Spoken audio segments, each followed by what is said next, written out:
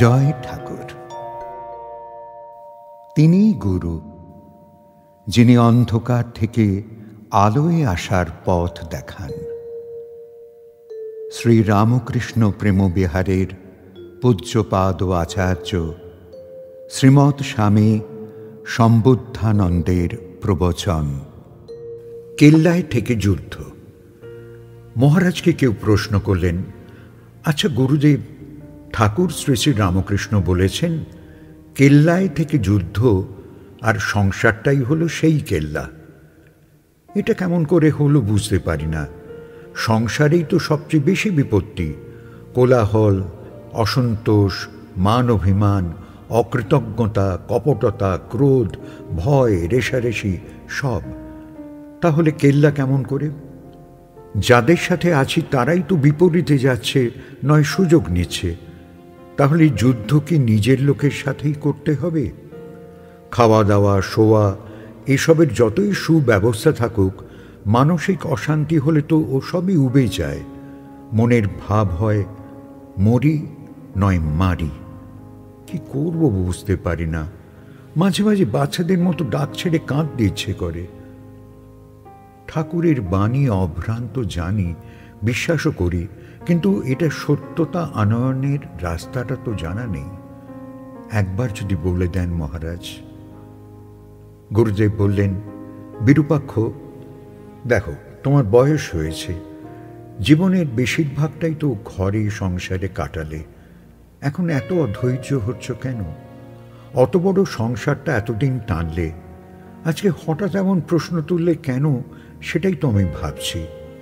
বিরূপাক্ষবাবু বললেন, মহারাজ, মানুষের বুদ্ধিবল, শরীর বল, জনবল, ধনবল একসময় সবই আলগা হয়ে যায়, কমে আসে। তখন চারিদিকে যেন অচেনা, অজানা, অকারণ ভয় উঁকিঝুঁকি করে। সব কিছুতেই চিন্তা আর দুশ্চিন্তার দোলাচল শুরু হয়েছে। ধৈর্য বলের অভাবই হয়তো ভোগান্তির কারণ।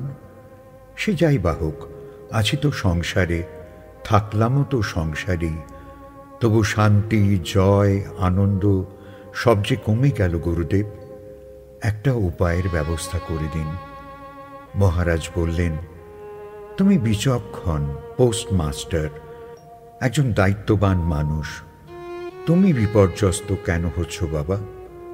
খাটাখাটনি হলো, এখন কোথায় আনন্দ করবে, ভোগ করবে, গা ঝাড়া দিয়ে একটু হেথা হোথা ঘুরে বেড়াবে, নাতিপুতি নিয়ে গল্পের আসর জমাবে, তা নয় পালাই পালাই রব তুলেছ? উনি বললেন, আমি তো তাই ভাবি মহারাজ। তাহলে কি কোথাও ভুল হয়ে গেল?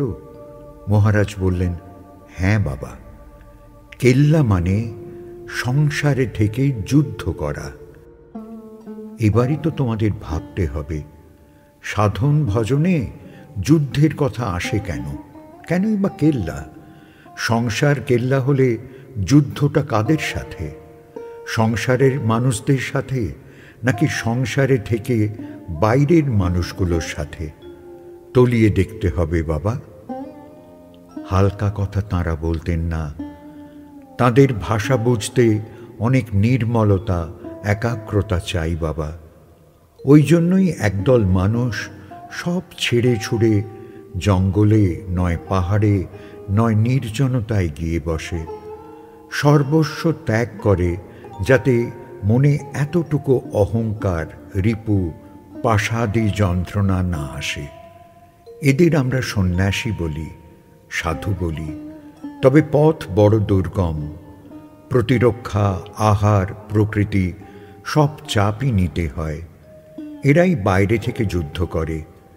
এদের খানিক সময় নিজের দেহের জন্যেও দিতে হয়, সবটা সময় সত্য অন্বেষণে দিতে পারে না। এরা আপন রিপুর হাত থেকে বাঁচতে এত কষ্ট মেনে নেয়। আরেক দল, তারা গৃহে থাকে, সমাজের মধ্যে থাকে, সবাই মিলেই সবাইকে রক্ষা করে। এখানে হিংস্র পশু, প্রকৃতির তাণ্ডব, ক্ষুধা তৃষ্ণার বালাই নেই। একে অপরের পরিপূরক। সুশৃঙ্খল সমাজ বন্ধনী এর একমাত্র ভারসাম্য রক্ষা করে চলেছে। এদের বিপদ শুধু জড়িয়ে পড়ায়, অন্তরটা বাইরে আনায়, রিপুর ফাঁদে পা দেওয়ায়। নইলে এরা অপেক্ষাকৃত বেশি সুরক্ষিত, বেশি নিশ্চিন্ত। অন্য চিন্তা চমৎকারা, জ্ঞানীরে করে দিশাহারা। এই গোষ্ঠীর ওই ভয়টি নেই। কোলাহলই হলাহল। বাইরের কোলাহল ভিতরে না ঢুকতে দিলেই তো হলো, তাহলেই আর ভয় নেই। আমরা অন্নগত প্রাণ, দেহ পোষা জীব, এই নিয়েই সবাই ব্যস্ত হয়ে আছি। খাবো, পরব, অর্থ উপার্জন করব, আয়েশ আরাম স্বচ্ছন্দতা আনব, এসবই আমাদের অনুসন্ধানের বিষয়। বোকার মতো আমরা ওই চিন্তাধারাতেই শ্রী শ্রী ঠাকুরের বাণী বিচার করতে চাই। তাহলে কি হয়? সংসার কেল্লায় আমরা থাকব, সেখানে অন্ন, থাকা, ব্যাধি, শুশ্রূষা সবেরই ব্যবস্থা আছে। একে অপরকে সাহায্য করার একটা রীতি চলেই আসছে সেই আদিম সমাজ থেকে। এখানে সংসারে কাউকে শত্রু ভাবার অবকাশ বা সুযোগ নেই। সবাই আমরা সহযোদ্ধা। একসাথে যাদের নিয়ে সংসার বেঁধেছ, তাদের সাথে লড়াই নয়, লড়াই বাইরের সাথে। বাইরে মানে কত দূরে? এটা তোমরা বুঝে নাও। বাইরে মানে তোমার সমাজের মধ্যে নয়। ডাক্তার, বিদ্যালয়, বাজার, ব্যাংক, অফিস কাছারি, খেলার মাঠ, যানবাহনের যোগান ইত্যাদি কোনোটাই তোমার প্রয়োজনের বাইরে নয়। তবে ভেবে দেখো তো একবার, যুদ্ধটা কার সাথে? তুমি যদি সৈনিক হও, তাহলে তোমার কাছে অস্ত্রপাতি আছে তো?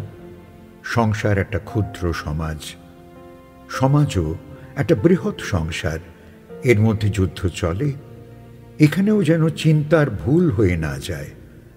তোমরা সংসারে থেকে সংসারের মানুষের সাথে লড়াই করলে তো কেল্লার ভিতর অন্তর্দ্বন্দ্ব লেগে গেল, ওতে ফল কি?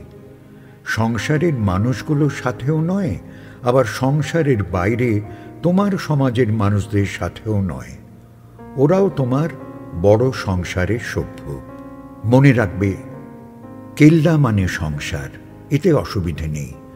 কিন্তু যোদ্ধা ও তার অস্ত্রশস্ত্র এবং শত্রু নির্বাচন ও যুদ্ধ, এই বিচারে বোধ হয় গোলমাল করে ফেলেছ। আমি বলি, একবার মিলিয়ে নাও দেখি। তোমার হাত, পা, বাক্য, দৃষ্টি, স্বাদ, প্রতিক্রিয়া ইত্যাদি তোমার অস্ত্র।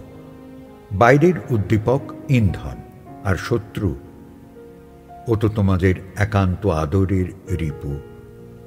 ওরা বিশ্বাসঘাতকতা করছে বহুদিন থেকে, বহুভাবে। অষ্টপাশ, শত্রুর যন্ত্র। কুল, শীল, মান, লজ্জা ইত্যাদি পাশ আমাদের বন্দি করে রেখে দেয়। আমরা ধরতেও পারি না।